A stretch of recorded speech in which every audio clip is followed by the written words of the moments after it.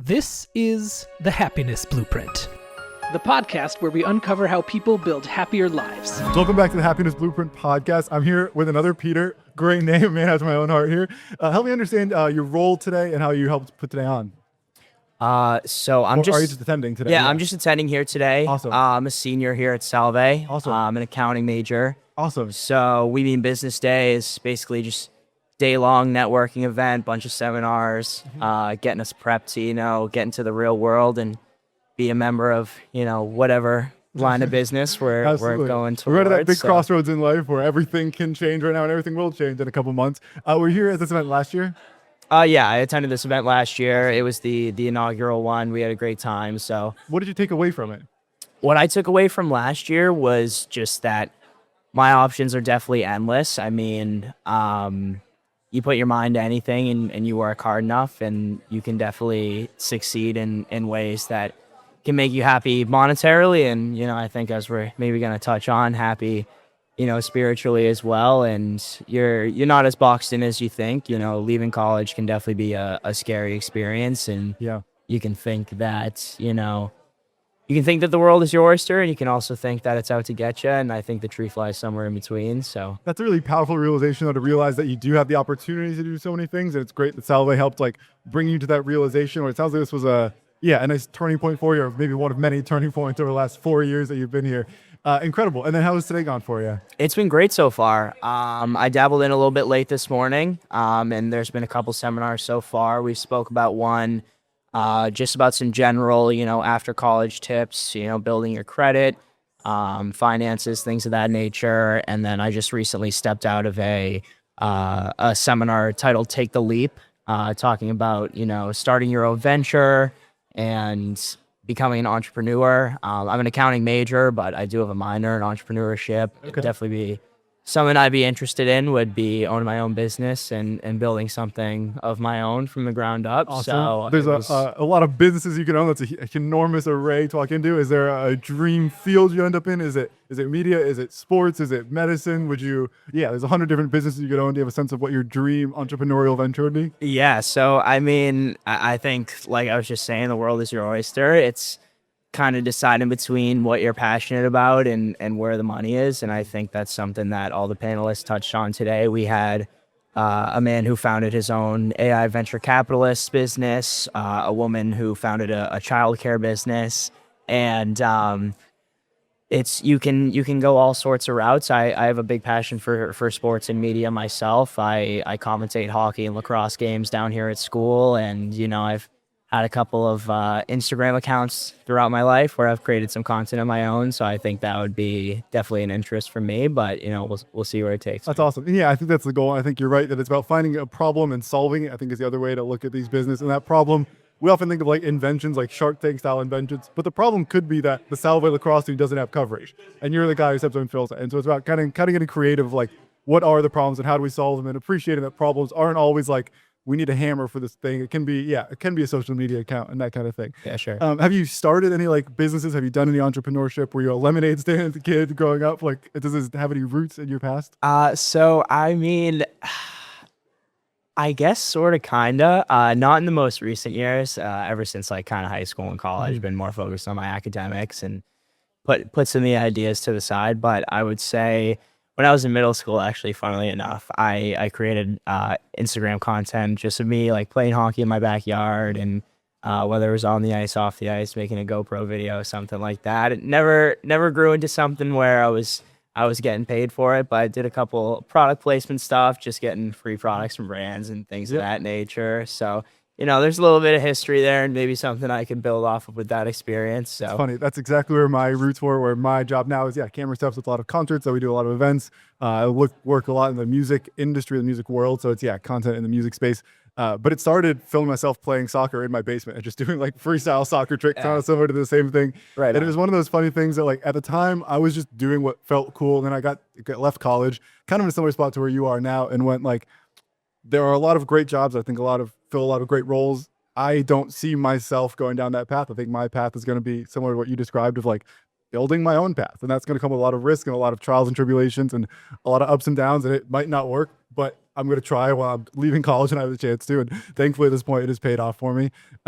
But it is that thing of kind of following what your inner child like to do. And almost we forget that our inner child was into these things, into these like media. And like, yeah, filming yourself doing hockey is entrepreneurial. Yeah, for as sure. your 6-year-old, 8-year-old, 10-year-old, whatever old you yourself, wouldn't appreciate that you were starting a business. But it's like, that's what you were doing on a very micro scale. Yeah. So that's awesome. What did you learn from those processes?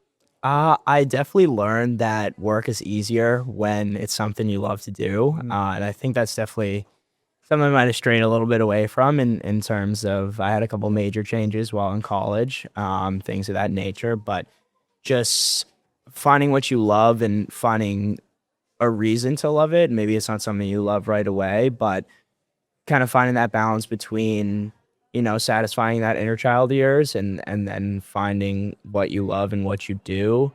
It creates a purpose for you, and it creates that drive to create not only the stability that you need in your life and, paying your bills and things of that nature, but also to pay your soul and, to do what you need to do to feel fulfilled outside of the bank account as well.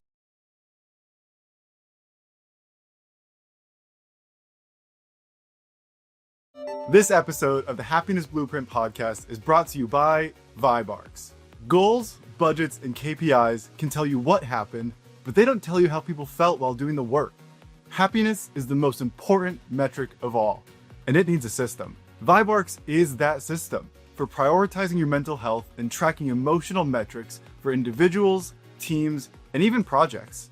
Users submit a weekly 2-minute check-in online or in the app for metrics like happiness, stress, and utilization. Then, VibeArcs processes that data into quantified metrics that help spot patterns, celebrate wins, and encourage support where needed. Personally, I loved using VibeArcs with my team at GBM6. It felt like such a great way to check in with myself and make sure I'm hitting both my professional and my personal goals. I especially love that it asks me for 3 things that I'm happy about every week.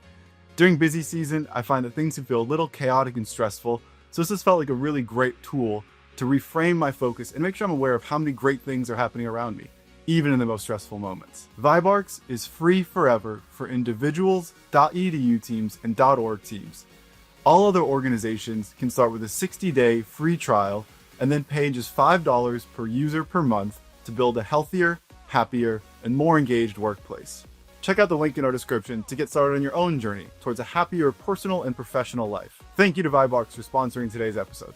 All right, back to the show. Was it challenging to hop between those majors where it sounds like you went through some like soul searching here of like, here's what I think I'm supposed to do, here's what I want to do. And that's a very scary leap to make. I think I went through the same thing of going, I have a degree in psychology. I like that. I hope to, but I don't know if it's calling my soul in the way that media and being an entrepreneur was. Was it hard for you to kind of alternate between those 2 paths? Yeah, so I think honestly, I might have went in the opposite direction as you. So I grew up with a single mother. I lost my father when I was really young. So that kind of led me down the psychology path and potentially wanting to do something in children's grief therapy. And there are financial struggles that come with being in a single parent household, and I think all that kind of came together into a decision where I wanted to go to college and I wanted to try and help my mother and to give back to my siblings, things of that nature. But I realized after a year and some change of being a psychology major, it was something that would be difficult for me to pair with my paycheck. So I switched to marketing and eventually ended up on accounting. Just I felt like an accounting degree holds a little bit more weight at the undergraduate level. And now I'm kind of neck deep in all the internship recruiting, doing stuff with accounting and bursting into my career. And I think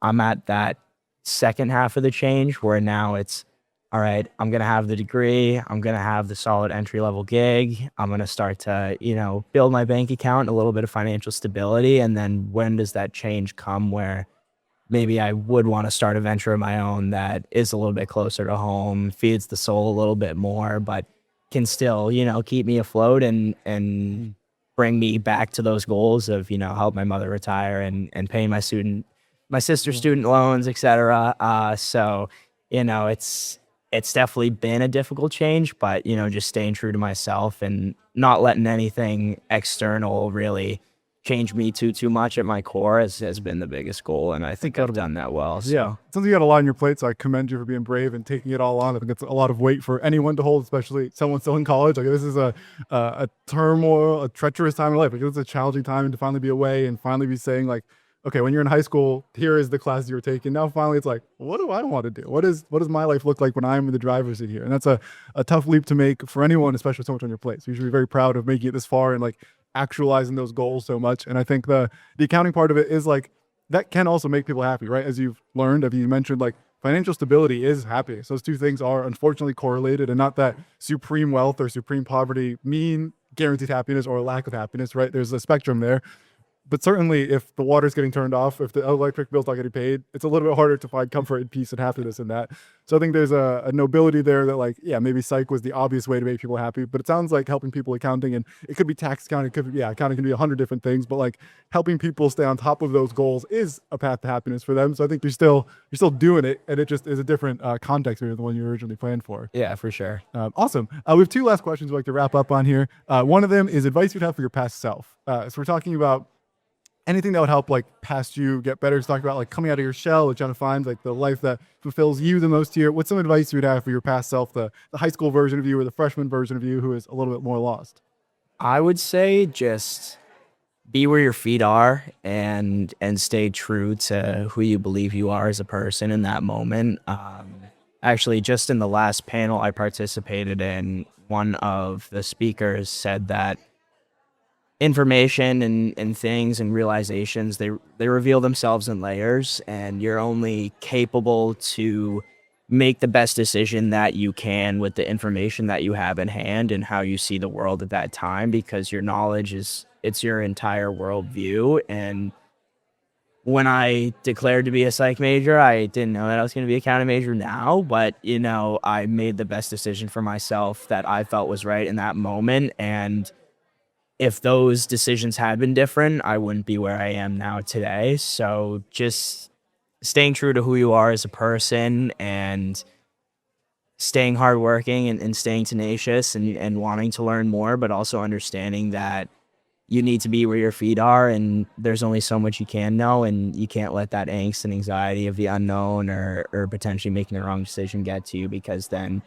that just takes away from the weight of the decision you are making. And at the end of the day, you make one wrong decision, you're going to make the next right one. And there's a million paths to that end finish line that you want to get to. And maybe that end finish line might not even really exist. So, just staying where you are and staying humble and staying focused. And be where your feet are is a really, really simple thing. And I don't think I've heard put that simply, but it is an incredible, like, yeah, it's so easy to be like, shoulda, woulda, coulda as we look at our past. And it's like, well, you're using what we know now to judge the decision you made 4 or 5 years ago. And that's not realistic, right? You have to go at the time with the information you were given. And that unfortunately wasn't all the information, because we don't know what the future holds, right? Who knows where we are in 5 years from now and what conversation that looks like.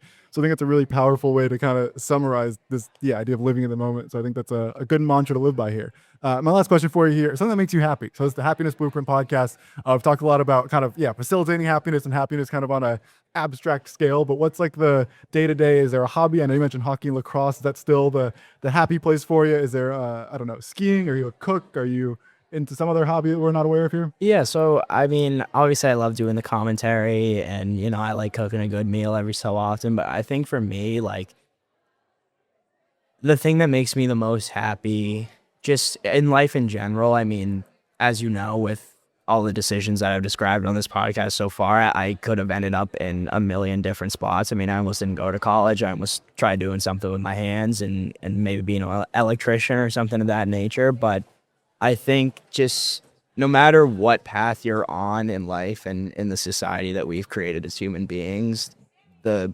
anchoring part of all of that is the human experience. And we're tribal animals, we're communal beings at our hearts, and keeping people that appreciate you and that you appreciate around you, and people that appreciate your worldview and you appreciate their worldview, and maybe challenge your worldview every so often, and just people that love and care about you. I think love and the shared human experience is the core of who we are. And whether that's you running your podcast and being in media, or me eventually being in public accounting, doing taxes, at the end of the day, we're still the same at our core, and we are still both walking different paths, but on the same road. And the human experience and keeping people around you that you love and care about, I think, is what keeps me going and what makes me genuinely happy. I think that's brilliant and profound. And yeah, it's something I've definitely learned as well in media, is that like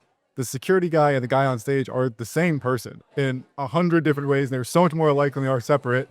Their paychecks look very different. Their status, their job looks very different. But on a human level, they're both trying to pay their bills. They're both trying to support their family in whatever way they can. And yeah, I think that unity between people and that common ground between people is a really powerful place to really powerful thing to be aware of and to remember, because it is so easy to get divided by all the things in the world that can divide us. And I think you're right that it's good to keep people around us who challenge us and support us.